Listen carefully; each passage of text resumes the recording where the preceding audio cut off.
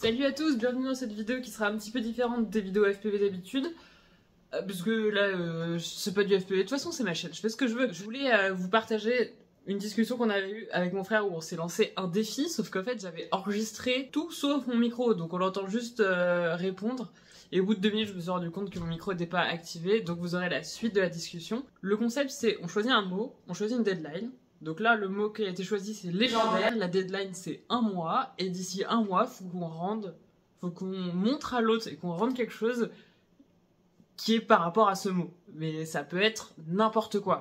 Tu fais ce que tu veux. Moi, j'ai pas encore d'idée pour le sujet. Et l'idée, c'est juste, on met un thème. Est-ce que le thème, c'est légendaire? Ça, on va voir. Mais partons du principe que voilà, on aura trouvé un thème. Et à partir de là, tu fais vraiment ce que tu veux. Ok, bah du coup, comment on évalue le truc, genre... Est-ce qu'on se met plus de critères ou genre c'est vraiment... Ça peut être n'importe quoi et genre t'arrives avec un coloriage et ok, tu vois. Bah, si t'arrives avec un coloriage, c'est ok. Ce qui est cool, en fait, c'est d'aller chercher des trucs que je sais pas forcément faire. Et pas aller sur un terrain où je connais déjà et je sais à quoi m'attendre, tu vois. Donc toi, tu m'avais proposé... légendaire. Ouais. Ok. Pourquoi pas, je sais pas, ça m'a pas plus inspiré que ça, mais pourquoi pas. Moi non plus. Mais en vrai c'est pas mal hein, un truc qui... Parce que du coup comme si j'avais quelque chose direct tu vois ça me voilà. Donc en vrai légendaire j'aime bien. C'est quoi, on part sur légendaire, c'était un mot que t'avais choisi. Vas-y. De toute façon voilà Très vite après notre discussion, j'ai pensé à World of Warcraft et aux différents niveaux de rareté des objets qu'on pouvait trouver dans le jeu. Ce qui m'a fait penser tout de suite aux armes légendaires, surtout que j'ai sur un autre cosplay, je suis en train de crafter on va dire des glaives d'Azinoth, un peu à la Illidan. Et donc là je me suis dit, Frostmourne c'est quand même assez légendaire comme épée. Donc ce que j'ai fait c'est que j'ai commencé à me dire, je vais récupérer des images de Frostmourne et je vais essayer de la modéliser en 3D sur SolidWorks. J'ai commencé par récupérer une image sur Wowhead qui va me servir de base pour mes esquisses afin de tracer tout le pourtour. Donc là c'est assez simple finalement, j'ai pas de cotation à faire, c'est pas une pièce technique vu que j'ai déjà le modèle en dessous, donc je vais faire très simple, il n'y a pas de code donc c'est assez crade comme fabrication. Mais au moins ça nous donne un peu l'idée de ce qui va se passer. Et surtout ce qui va m'accompagner durant tout ce projet, c'est la BO de World of Warcraft qui est juste incroyable.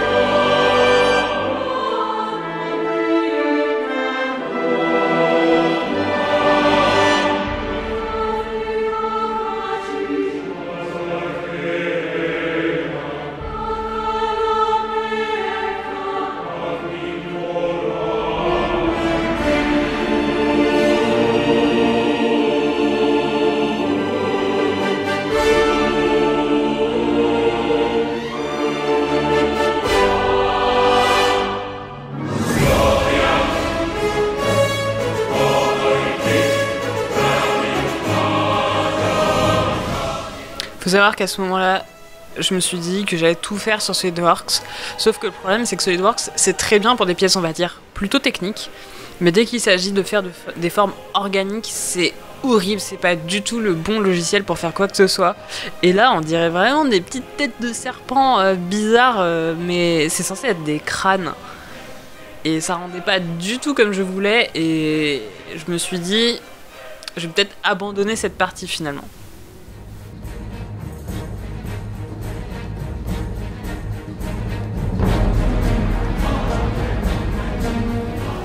Surtout qu'à ce moment-là, je voulais faire une symétrie complète de ma pièce, mais j'y arrivais pas parce que c'est de la merde un petit peu SolidWorks sur certains points. Donc je me suis dit que j'allais faire le reste sur ZBrush, mais que ce serait une galère de passer. J'avais déjà essayé de passer d'une pièce de SolidWorks à une pièce ZBrush et c'est vraiment la cata.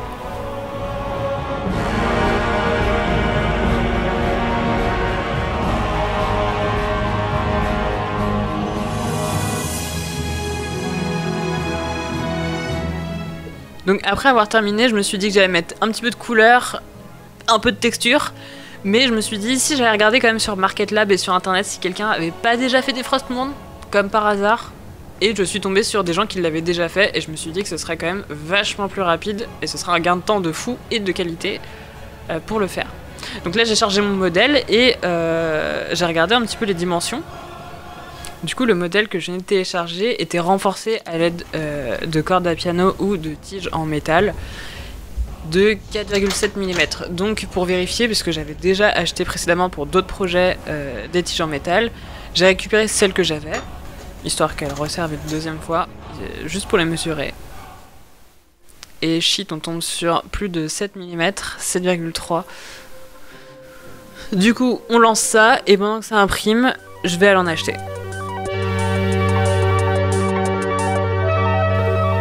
Alors, on est en magasin, on cherche juste celle qu'il me faut, 4 mm. Ok, c'est celle-là, je vais en prendre 2, 3, on verra bien ce que ça donne.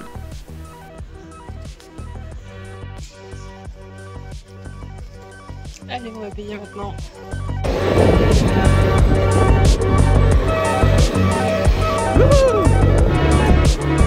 Pas mal, pas mal.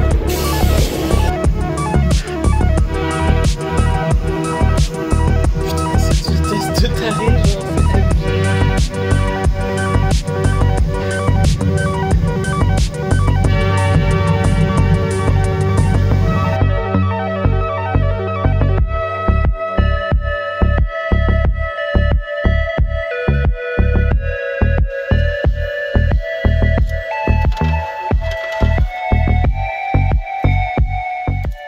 Mes pièces, elles sont en 3 couleurs parce que je me suis gourée sur l'imprimante et j'avais laissé mes précédents réglages où j'avais imprimé des trucs genre très pleins.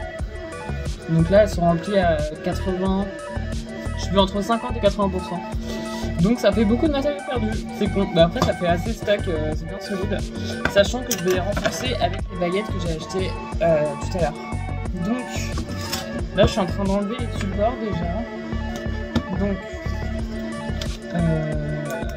Donc voilà, c'est pas très rien de bien fou quoi. Elle va être tellement longue. Titre.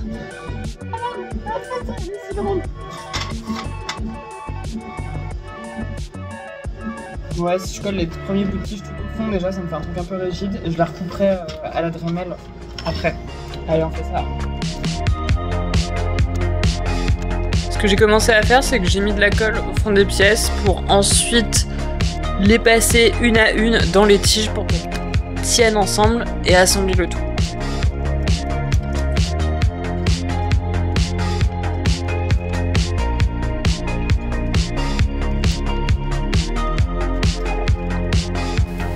J'en profite aussi pour mettre un ruban LED et de le tester. Donc ce que je vais commencer à faire, c'est me créer un petit adaptateur pour pouvoir tester mon ruban LED sur un port USB.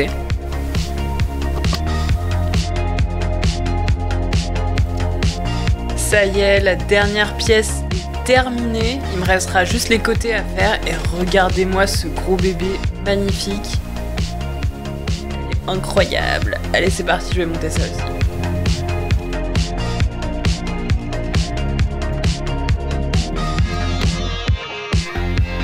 Voilà, donc là c'est mon setup un peu à l'arrache pour tester les LED, mais ça a l'air de fonctionner.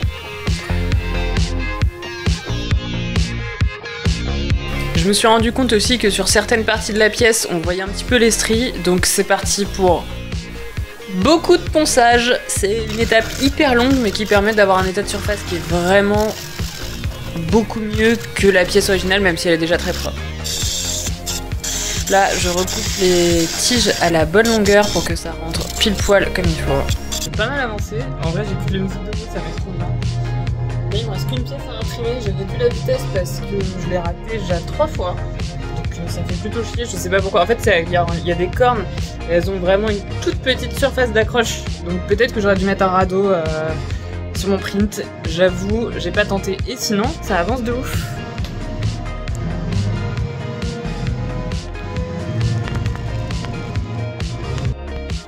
Non, c'est encore foiré. Alors pourquoi ça a foiré cette fois? Je ne sais pas. Je ne sais pas du tout. je vais le relancer encore. Comme je compte peindre l'épée, j'ai dû faire les masquages, on va dire, au niveau des runes. Je me suis dit, comme d'habitude, j'allais partir sur du scotch dans un premier temps, que ensuite j'allais découper au cutter petit à petit pour avoir un truc un peu propre.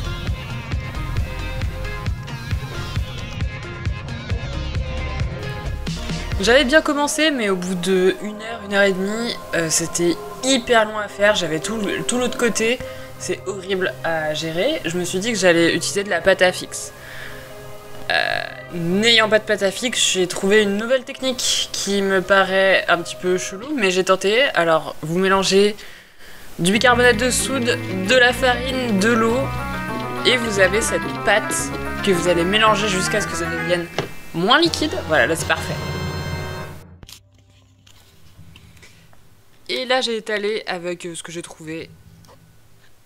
Et le résultat il est vraiment incroyable. Je pensais pas que ça allait marcher aussi bien, aussi vite. Le gain de temps est fou quoi. Là, banger. Elle est incroyable. Faut que je la paye encore, il y a plein de trucs à faire mais...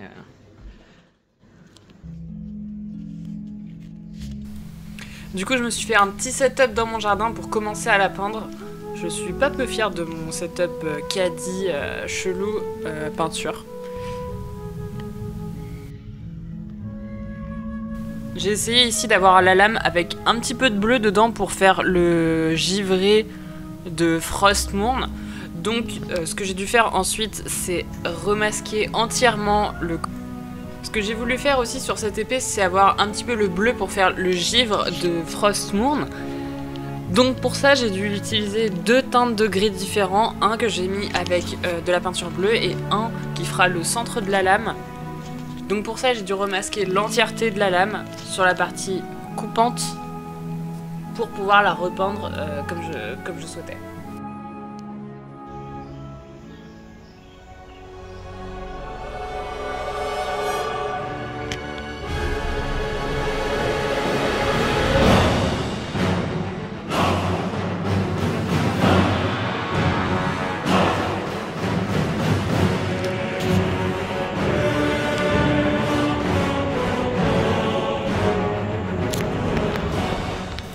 On arrive sur la partie, l'une des parties que j'ai préféré faire, c'est-à-dire poser à écouter les petites musiques de World of Warcraft tout en dessinant les runes qui sont au niveau de la garde de l'épée.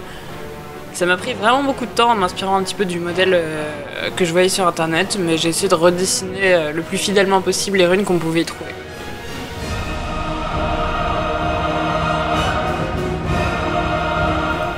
Ça c'est la partie marrante, donc après j'ai retiré la fameuse pâte que j'avais fabriquée pour retrouver les runes. Et ça rend super bien. Bon normalement les runes de Frostmourne sont bleues. Là elles sont rose-rouge à cause des filaments que j'ai utilisés. Donc ce que j'ai voulu faire c'est essayer de peindre avec un feutre transparent. Donc un feutre de tableau blanc. Mais ma foi, ça rend pas trop mal. Donc quand c'est éteint, ça sera bien bleu. Par contre, quand ce sera allumé, ça sera un petit peu rouge.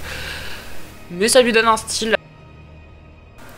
J'espère que cette vidéo vous aura plu. N'hésitez pas à vous abonner. Et pour finir, je voulais vous proposer un petit edit de l'épée d'Indifferente Situation. Allez, tchuss!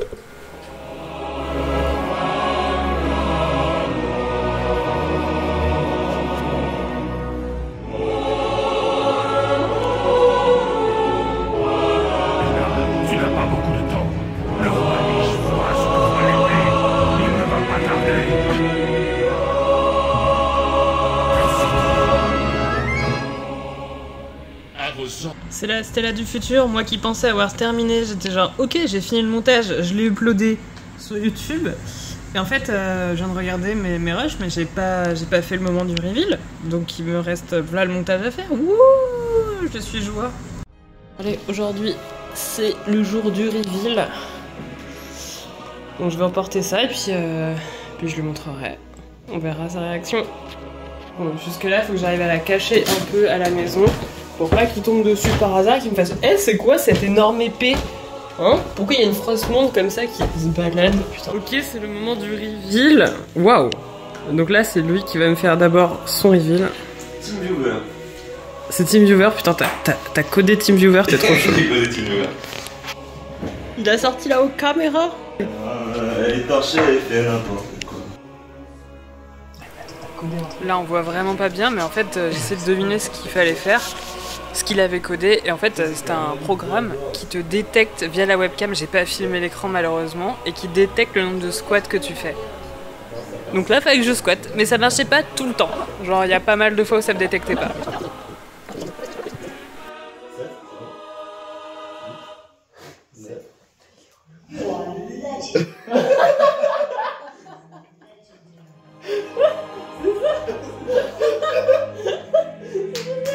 Du coup, c'est le moment, il m'a fait son reveal qui était genre codé, c'était plutôt stylé.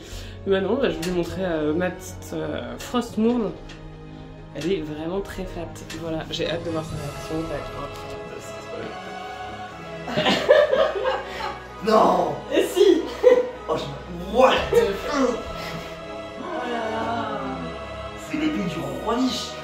L'épée du roi Lich. Elle est stylée ou quoi? Elle est incroyable, elle est légendaire. Le terme est bon.